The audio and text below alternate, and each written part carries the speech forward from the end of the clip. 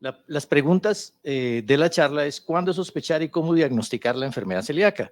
Esta misma charla sobre enfermedad celíaca la había dado aquí en este auditorio en el 2016 y algo ha cambiado. Yo tengo más canas, tengo unos 3 centímetros más de cintura y hay algo que ha avanzado y es la bioquímica. Como decía Catalina, realmente los investigadores tienen un gran mérito en toda esta parte de bioquímica que han venido desarrollando. Las penas con pan son buenas, dice un dicho anónimo español de hace mucho tiempo. Y es que el pan para la humanidad es básicamente un alimento que nos ha ayudado en todas las hambrunas del mundo, o sea, el trigo desde la época de José, cuando sus hermanos lo vendieron, ha sido parte importantísima de la historia de nosotros, ¿no? Viendo algunos videos en el canal History, por ejemplo, en España todavía tienen 60 variedades de trigo y realmente lo que ha pasado últimamente aquí en todo el mundo es que se ha mejorado mucho este tipo de semillas y ha cambiado totalmente el perfil de las semillas de trigo que nosotros tenemos. Básicamente, nosotros consumimos trigo en muchas formas y esto es un dato importantísimo sine qua non la enfermedad celíaca se desarrolla. Esta es una enfermedad sistémica, ¿sí? No es una enteropatía como aprendimos a verlo solamente, no es solamente una enteropatía, es una enfermedad sistémica que es mediada inmunológicamente en personas con susceptibilidad genética, inducida por el gluten y caracterizada por presencia de síntomas clínicos, de unos anticuerpos específicos y además por una enteropatía en la inmensa mayoría de los casos. Este artículo del 2014 mencionaba básicamente 4 elementos en lo que se denomina un modelo de los múltiples hits, ¿sí? Este modelo biológico lo que hace relación es a que bajo una susceptibilidad genética empiezan a presentarse una serie de componentes bien definidos que de una manera u otra van acumulando cambios hasta que finalmente llevan a estos pacientes a una enfermedad crónica. Este modelo está muy bien diseñado, muy bien estudiado en pacientes con cáncer y en enfermedad celíaca también se lleva a cabo. Uno de los hits nuestros fundamentalmente es la susceptibilidad genética que está asociada a los genes HLA, TQ2 y DQ8. Prácticamente el 95% de los pacientes con enfermedad celíaca son DQ2 positivos, el otro porcentaje es DQ8, aunque hay más o menos 160 genes diferentes que están de una manera u otra involucrados en la génesis, porque no todos los pacientes que tienen DQ2, DQ8 hacen la enfermedad celíaca, ¿sí? Solamente un pequeño porcentaje de ellos lo hacen. Luego hay factores ambientales diferentes al gluten, que es otro evento sine qua non. Si no hay gluten, no hay enfermedad celíaca, ¿sí? Son proteínas, digamos, depósitos proteicos de las semillas, de la cebada, del centeno, del trigo, y muy parecidos a los de la avena también. Esto nos genera una serie de anticuerpos que son los que nosotros vamos a utilizar para la detección de la enfermedad y, por supuesto, un papel muy importante, como lo vamos a ver ahora, de los linfocitos T. ¿Qué ha pasado en Colombia? Nosotros teníamos unas grandes extensiones de trigo en Colombia, fundamentalmente en la zona de Nariño y en la zona aquí del centro del país, en la meseta cundiboyacense, producíamos la gran cantidad de trigo que consumíamos aquí en Colombia. Sin embargo, no tenemos las mismas facilidades que han tenido, por ejemplo, Estados Unidos, Canadá o Argentina, donde las tierras planas han permitido que se desarrolle la mecanización y obviamente, por ejemplo, los norteamericanos tienen 16 incentivos económicos más que los de cualquier cultivador colombiano. Entonces, de 80.000, 90.000 toneladas de trigo que nosotros producíamos hace 10 años, hoy estamos produciendo 3.700 e importamos más de 1.300.000 toneladas de trigo al año. si cada tonelada el año pasado estaba costando alrededor de $375, imagínense la cantidad de dinero que nosotros estamos gastando en la compra de trigo, ¿sí? Que además tienen unas particularidades. La mayoría del trigo que se emplea hoy en panadería, perdón, son especies modificadas, ¿no? Son hexaploides que tienen unos cambios genéticos que las hacen mucho más antigénicas que el trigo que normalmente se utiliza para hacer las pastas. Quienes cocinamos y nos gusta cocinar, podemos encontrar allí en la pasta de pasta Doria, dice trigo durum. Esos son tetraploides. Son menos antigénicos que los que se usan hoy en día para panadería. Entonces, eso hace que estas semillas sean mucho más productivas, tengan mejor coeficiente de panificación, se llenen más de aire, produzcan más por cada hectárea y esto hace que prácticamente nosotros ya no tenemos cultivos de trigo aquí y estemos consumiendo trigo más alergénico que el que consumíamos hace unos años.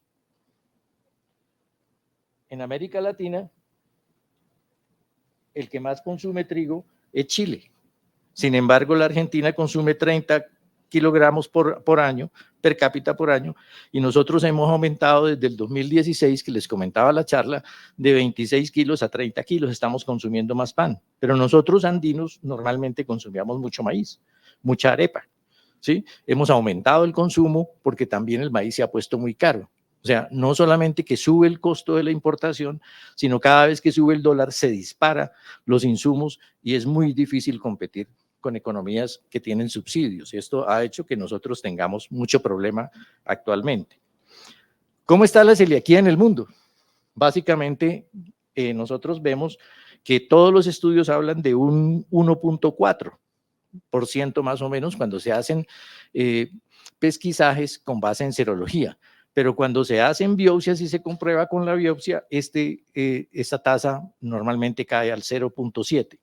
Hoy podríamos decir que en poblaciones generales tenemos un caso más o menos por cada 100 habitantes en todo el mundo. Luego es una patología que es bastante frecuente. La pregunta que nosotros nos hacemos ¿es frecuente aquí en Colombia? ¿Nosotros la vemos aquí en Colombia? ¿Tenemos un problema de subdiagnóstico o realmente somos una isla genética que no vemos tanta enfermedad celíaca? Vamos a tratar de contestar esa pregunta en las próximas diapositivas. Nosotros vemos esto es la seroprevalencia en Latinoamérica y ahí tenemos en rojito uno de los pocos estudios que hay aquí en Colombia. Ahí habla de 2.69%, pero si ustedes ven, esto lo que muestra son seroprevalencias con base en antigliadina, en antitransglutaminasa, antiendomicio, pero no teníamos biopsias. O sea que este dato realmente no tiene mucho valor para saber realmente qué era lo que teníamos, ¿sí? Nosotros no tenemos unos estudios bien organizados aquí en Colombia y salvo casos esporádicos que se han venido publicando, no tenemos una estadística colombiana de enfermedad celíaca. Nuestro interés en enfermedad celíaca empezó prácticamente en la misma época en que creamos el Colegio Colombiano de Gastroenterología, cuando nos reuníamos los amigos y discutíamos algo y yo les dije, vea, tengo un caso de enfermedad celíaca, ¿no? Se los comentaba a José Fernando, a Fernando Sarmiento, a Fernando Medina, y éramos 4 o 5 gatos que hacíamos gastroenterología, éramos 11 realmente los que habíamos llegado a hacer gastroenterología en esa época, y les dije, mire, tengo un caso de enfermedad celíaca, esta es una niña que se nos presentó, venía de Ipiales, de Nariño, por talla baja con unos problemas digestivos. Lo había visto la endocrinóloga y yo le hice esta endoscopia y encontramos esta imagen, scallop, dicen en inglés, un duodeno festoneado, nos llamó mucho la atención y para mi sorpresa la biopsia mostró una atrofia total de vellosidades, ¿sí? Le hicimos la dieta, básicamente el patólogo me dijo, esto es una enfermedad celíaca, bueno, qué chévere, pero qué raro que esto ocurra aquí porque hasta donde yo sabía nosotros no teníamos enfermedad celíaca. Le pusimos una dieta y la controlamos 6 meses después y había subido 5 centímetros en 6 meses, algo que no lograba hacer en los últimos 4 años. Después de eso, nunca más la volví a ver. La paciente se nos perdió, Pero eso nos motivó a desarrollar este estudio que hicimos en Cali, que fue con unas donaciones de un laboratorio español que nos obsequió los anticuerpos. Lo que hicimos en esa época fue tomar pacientes de riesgo, diabetes mellitus, falla para progresar, diarrea crónica, tiroiditis, síndrome de Down, pacientes con talla baja y síntomas digestivos mixtos, que nosotros veíamos allí. Encontramos 415 pacientes. Esta fue la distribución. Muchos de ellos eran diabetes mellitus, porque pues trabajamos con los endocrinólogos y esto nos dieron una gran cantidad de pacientes. Y este fue el resultado. Primero empezamos a utilizar antigliadinas y antiendomicios y finalmente, como en la mitad del estudio, nos regalaron los antitransglutaminasa. Y lo que encontramos es que habían 19 pacientes positivos, ¿sí? Básicamente 3 pacientes tenían todos los anticuerpos, pero había 9 que tenían IgA antitransglutaminasa positivos. Muchos de ellos ya hoy en día son adultos, no hicimos endoscopia en esa época, les propusimos hacer endoscopia, los pacientes no quisieron hacer endoscopia, no lo vieron como algo que les iba a facilitar la vida, someterse a un diagnóstico, eso fue hace 2005, hace mucho tiempo, me van a hacer una endoscopia para estudiarme y me van a dar anestesia y además me van a meter un tubo, fue prácticamente imposible. Entonces, esto es lo que nos dijo, bueno, aquí hay enfermedad celíaca. Nosotros sí tenemos enfermedad celíaca, por lo menos en grupos de riesgo. Lo que ha pasado en los últimos años y que realmente ha mejorado mucho el conocimiento es, como decía Catalina, la investigación que han hecho los investigadores bioquímicos, fisiólogos, y han encontrado una hipótesis de fisiopatología que nos ha venido a servir para desarrollar nuevas tecnologías que en un futuro nos van a ser muy útiles. Básicamente el modelo propuesto es que normalmente las proteínas de la gliadina son bastante resistentes al ácido, ¿sí? Pasan muchos péptidos muy grandes. Dentro de ellos, el más estudiado hoy en día es este 33MER, el 33MER, y hay otras proteínas de la gliadina que son islotes proteicos, pues epítopes, que pueden golpear el sistema inmune en 2 partes diferentes. En el sistema adaptativo, básicamente lo que se conoce es que esta 33MER básicamente se une aquí a través entra a través del epitelio y se encuentra con la transglutaminasa. La transglutaminasa es una transaminasa que es ubicua, la encontramos en muchos tejidos. Esta transaminasa lo que hace es un proceso de deaminación, coge residuos proteicos ricos en glutamina, la deamina, le quita un NH3 y la vuelve ácido glutámico. Esto carga negativamente estas moléculas, los cuales las hace mucho más afines a las células presentadoras de antígeno, que son aquellas que tienen el DQ2, DQ8 en su superficie, los complejo mayor de histocompatibilidad. Estas células CD4 reconocen esos antígenos solamente en presencia de DQ2 y DQ8. Hay otras moléculas que están en también receptores en las células dendríticas, pero estas no activan las células, los linfocitos T. Y con base en estos linfocitos T activados, ellos vienen, actúan sobre las células beta y empezamos a producir anticuerpos, que son todos los que nosotros encontramos. El segundo golpe hacia el sistema inmune lo vamos a encontrar con estas otras proteínas que básicamente lo que generan es un estrés sobre los enterocitos y despiertan el sistema innato inmune. ¿Qué hacen? Activan las proteínas de shock térmico, que son proteínas normales allí en el epitelio, que sirven para la remodelación, tienen varias funciones, pero que bajo estrés se activan mucho. Y estas son las culpables de realmente activar estas células, que son linfocitos intraepiteliales natural killer. Estos son digamos, el 007, el James Bond, que finalmente tiene permiso para matar, y esa licencia se la da este mecanismo que está aquí, este mecanismo a través del interferón gamma, el factor de necrosis tumoral, etcétera. Si nosotros solamente vemos pacientes aquí, estaríamos hablando de anticuerpos, pero sin enteropatía. Cuando se activan las células natural killer, nosotros tenemos una enteropatía y es cuando se desarrolla todo el cuadro clínico bien florido de la enfermedad celíaca, ¿sí? Este es básicamente una excelente, digamos, visión fisiopatológica sobre la cual vamos a poder trabajar en los próximos años. ¿Qué tenemos nosotros en enfermedad celíaca? Básicamente un iceberg. Sí, lo que nosotros vemos de enfermedad celíaca y la forma clásica, realmente esta es el iceberg clásico y esto es la clasificación de Oslo un poquito modificada, que tiene sus detractores de una u otra manera. Básicamente, la idea es pacientes que tienen síntomas, que pueden tener anticuerpos y que además tienen enteropatía. Pero lo que me interesa aquí es que nosotros realmente la enfermedad clásica la vamos a ver muy poco y por eso es muy importante que tengamos un índice de sospecha muy alto para que podamos encontrar la enfermedad celíaca. Si no, se nos van a pasar la mayoría de pacientes. Para contestar las preguntas de la charla, básicamente, ¿cómo vamos a sospecharla? ¿Cómo vamos a diagnosticarla? Yo creo que nosotros tenemos 4 elementos sobre los cuales debemos basarnos: la historia clínica, la serología, la histopatología y la respuesta al tratamiento dietario. Básicamente con esos 4 elementos, que son básicos en cualquier enfermedad, nosotros vamos a poder diagnosticar la enfermedad celíaca.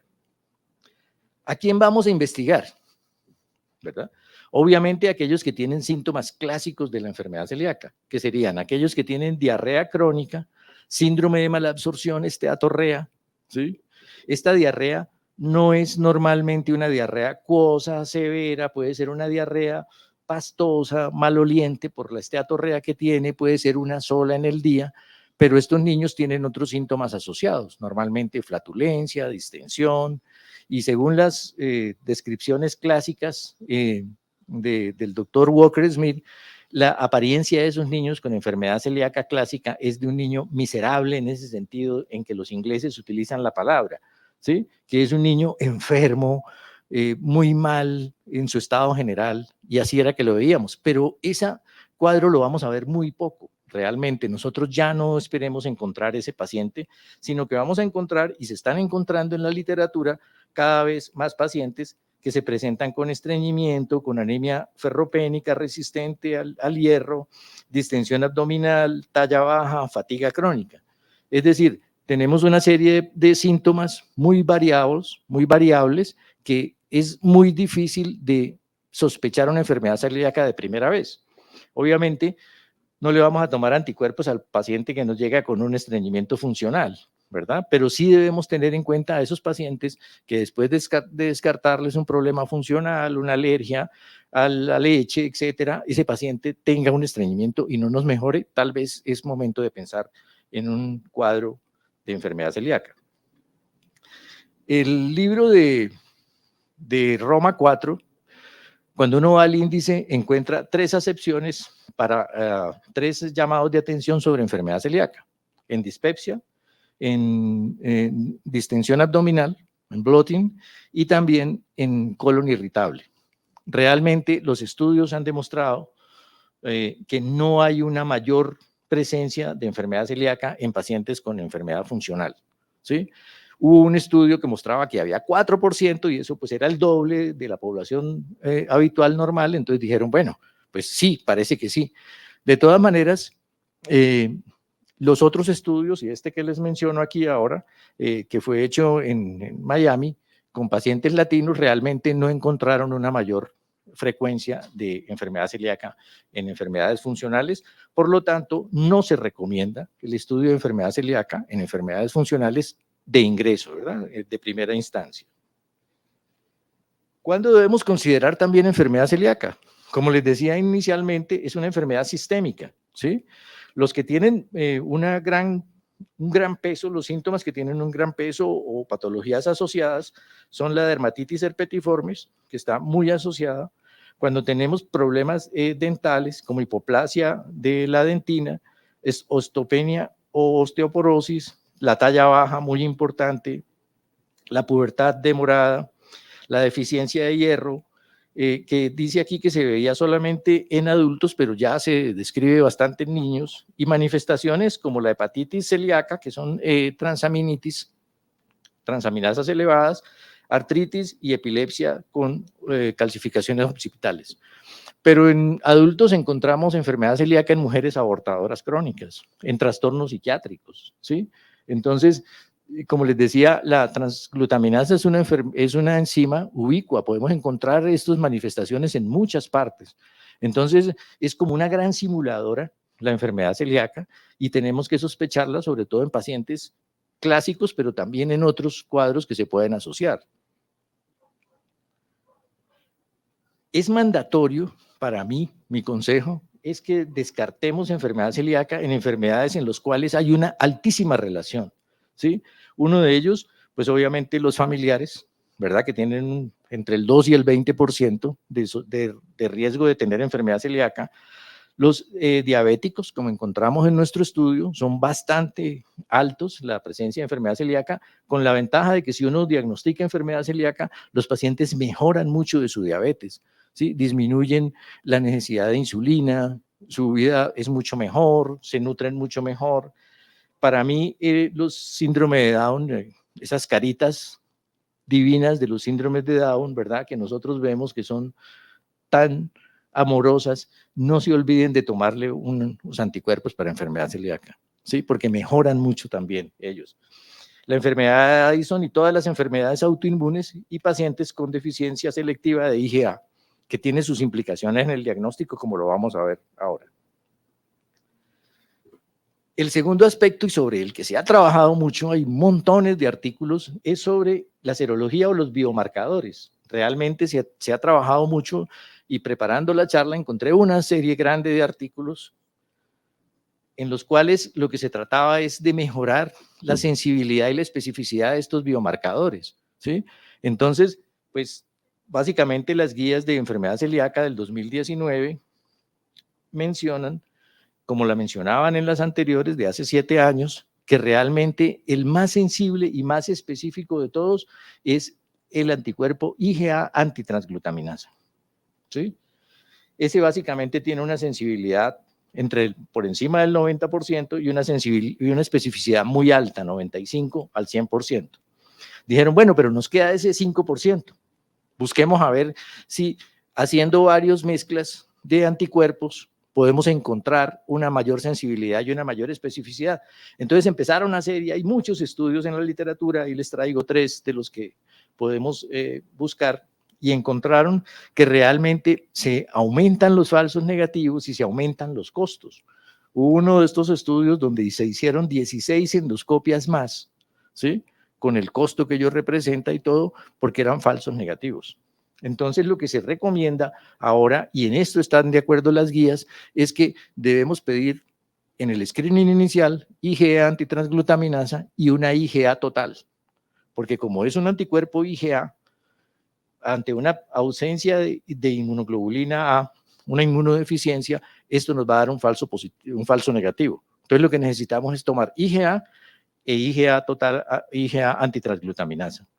Esto tiene un costo no mayor de 200.000 pesos en Colombia, ¿sí? Luego, son exámenes que se pueden solicitar que no tienen un costo muy alto para el sistema de salud. Y con esto, básicamente, nosotros podemos hacer un screening y tal vez habría alguna consideración en niñitos menores de 2 años, en los cuales parece que la IgG antigliadina deaminada podría ser un poco más sensible y podría ayudar en el tratamiento. Esto lo mencionaba las guías anteriores, las guías actuales no las traen, pero varios autores en los artículos recomiendan que lo hagamos de esa manera.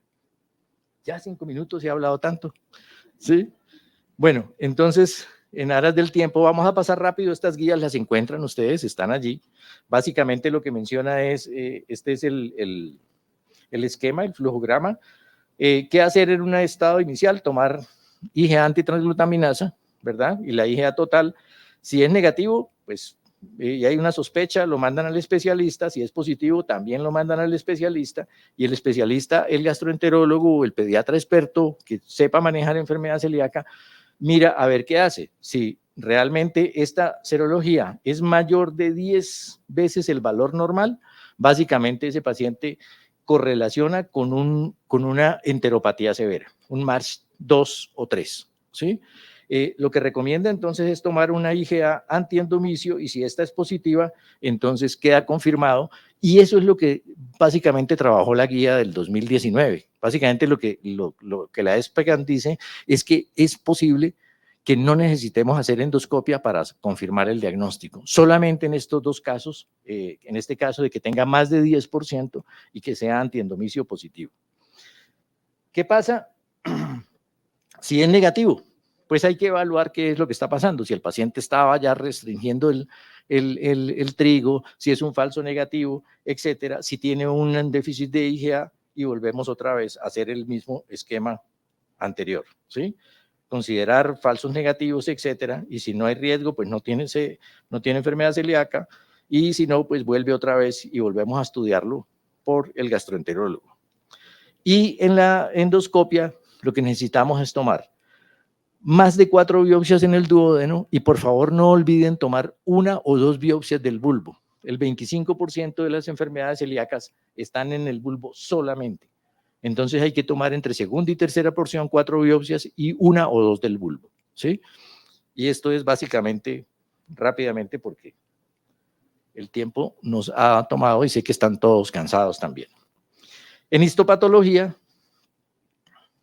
nosotros y en endoscopia, pues miramos qué es lo que nosotros vemos, ¿verdad? Estos son fotos clásicas, lo que se ve aquí es una pérdida de los pliegues de Kirkrin, aquí se ven la parte de los nodulaciones que suelen verse, etcétera, y el patólogo tiene una función muy importante y es hacernos una buena clasificación de March y por favor pedirle que nos hagan un buen reporte. La mayoría de los linfocitos de la fase infiltrativa de March normalmente están en la parte, en la puntica, en los tips de las vellosidades, ¿no? Esto ayuda mucho y básicamente que nos cuente cuántos linfocitos por cada 100 enterocitos tenemos. Básicamente las guías dicen más de 25 linfocitos intraepiteliales por 100 enterocitos, es bastante sugestivo. Hay gente que dice démosle hasta 30 y hay unos que dicen por encima de 40. Esto es muy sugestivo y si pueden medirle si son gamma, delta los linfocitos, pues eso ayuda mucho. Pero por lo menos que nos hagan una descripción completa sería importantísimo. Esta es la enteropatía, todos la conocemos, la clasificación de March, que yo pensé que era un doctor hasta hace unos años, pero es una clasificación que viene de una sigla de mucosa asociada, no, es una sigla. Las causas de vellosidades que el patólogo nos tiene que ayudar, no es, por favor, asócienlo a la clínica, ¿no? O sea, sino que nos tiene que decir, mire, esto que yo estoy viendo se ve en este tipo de patologías, giardiasis, alergia alimentaria, posgastroenteritis, malnutrición, búsquele tal cosa porque es importante que él también coopere mucho en el diagnóstico. Y finalmente el tratamiento. El tratamiento, no hay un tratamiento mejor que una dieta libre de gluten. No existe por el momento ningún tratamiento aceptado. Sin embargo, es advertida o inadvertidamente la gente consume gluten porque se contaminan los alimentos, porque comen por fuera, porque hay mucha contaminación de otros cereales, etcétera, y entonces es muy difícil mantener esta dieta. Sin embargo, se recomienda que por lo menos no consuman más de 50 miligramos de gluten al día, ¿sí? Pero aún así, estos pacientes pueden mantener anticuerpos que van bajando y la enteropatía seguir.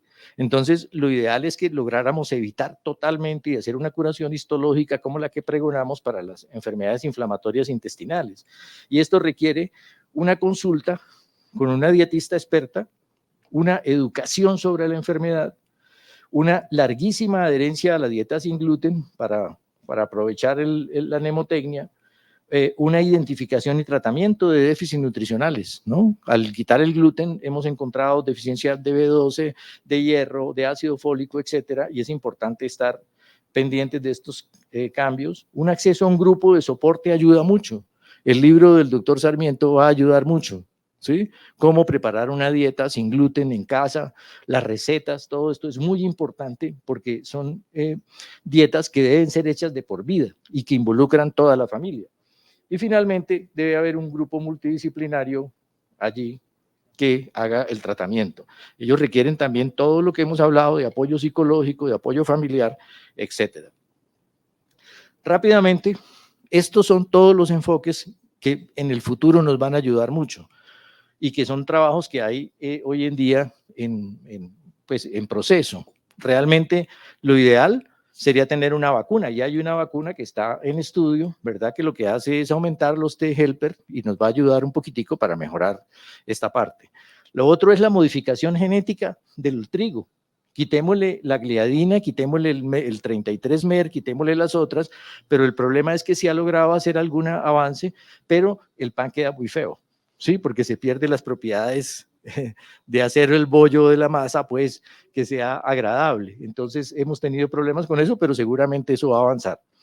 Hay inhibidores, como ustedes ven, pero el que está más en tercera fase, estudios de tercera fase, es el lazarosotide, que es una sustancia que va a inducir una menor permeabilidad. Entonces es el único que está en fase 3, especialmente en enfermedades celíacas refractarias al tratamiento, parece que funciona bastante. Esa es la esperanza por ahora, pero lo que esperamos es desarrollar una vacuna, desarrollar unos trigos que no tengan esos epítetos y sobre todo, mientras tanto, por favor, hacer el diagnóstico precozmente, ¿sí? Les comentaba a mis compañeros cuántos pacientes de enfermedad celíaca tienen y realmente tenemos poquitos. Con María Mercedes, mi esposa, que trabajamos juntos en la misma unidad, enviamos unos 60 pruebas de enfermedad celíaca al año y vemos un paciente cada 2 años, ¿sí? Luego, puede ser que sí tengamos un gen protector, ¿sí? Es posible que nosotros tengamos algún gen protector. Finalmente, nosotros aquí tenemos indígenas, razas indígenas, árabes, de todo, y tenemos muy poca gente europea. Realmente aquí hubo muy poco europeo comparado con Chile, Argentina, Brasil, que tienen unas tasas altísimas. Y creo que para llevar a casa, les voy a dejar estos 3 artículos para que se los lean ustedes en las próximas 2 semanas y esta información que me han permitido hoy compartir, las pueden leer y esto les va a durar unos 2 años mientras volvemos a encontrarnos a hablar de enfermedad celíaca. Así que muchas gracias y muchas gracias a ustedes por estar aquí con nosotros.